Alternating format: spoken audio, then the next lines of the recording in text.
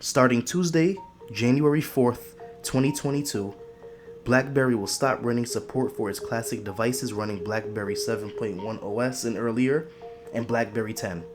This means all of its older devices not running on Android software will no longer be able to access the internet, use data, send text messages, or make calls, even to emergency services.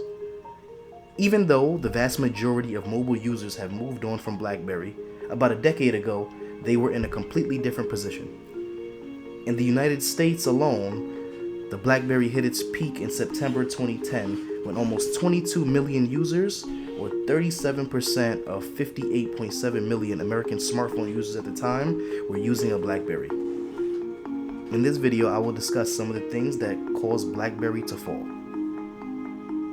The company originally announced the news in September 2020 as parts of its efforts to make the switch to providing security software and services to enterprises and governments around the world under the name BlackBerry Limited. BlackBerry has been mostly out of the phone business since 2016, but over the years it continued to license its brand to phone manufacturers. Some of those manufacturers include TCL and more recently Onward Mobility, an Austin, Texas-based security startup. Onward Mobility was publicly acclaimed for a 5G BlackBerry device that they were developing, which was supposed to be running on Android software. BlackBerry's old-school cell phones with physical keyboards from the late 90s and early 2000s were once so popular, people nicknamed them crackberries. The keyboard appealed to professionals who wanted the flexibility of working outside of the office with some of the tools that they might have used on a desktop computer.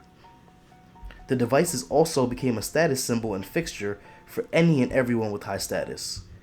People like Kim Kardashian and Barack Obama were seen with BlackBerries, thanks in part to its great reputation for security.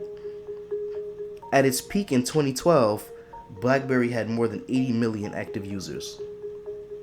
The company got its start in 1996 as Research in Motion with what it called two-way pagers. Its first gadget, the interactive pager, allowed customers to respond to pages with a physical keyboard. It was almost like a text messaging/email hybrid. 3 years later, RIM introduced the BlackBerry name with the BlackBerry 850. Eventually, BlackBerry phones gained support for email apps, web browsing, and BBM, an encrypted text messaging platform that predated WhatsApp and survived long after BlackBerry was surpassed by its rivals. However, Apple's touchscreen revolution with the iPhone in 2007 made BlackBerry's offerings appear lacking. It tried touchscreens and slide-out keyboard models, but with little success.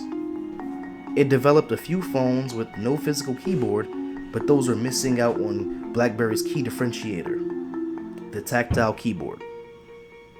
BlackBerry eventually gave up on its own software, embracing Android and layering its security software on top.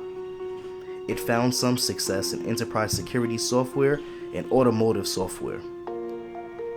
In 2016, Chinese manufacturer TCL picked up the license for the BlackBerry mobile brand and released the BlackBerry Key 1 and the BlackBerry Key 2. These phones, which run on Android, aren't impacted by end of service for legacy BlackBerry software and services. TCL, however, stopped making BlackBerry phones in 2020 and said it would support devices until August 2022. Security startup Onward Mobility then picked up the BlackBerry mobile brand and said it would release a new 5G BlackBerry in the first half of 2021. However, that phone has yet to materialize.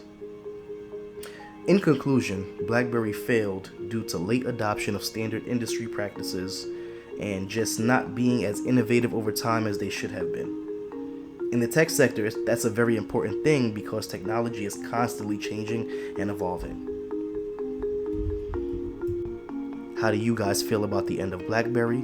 Let me know in the comments below.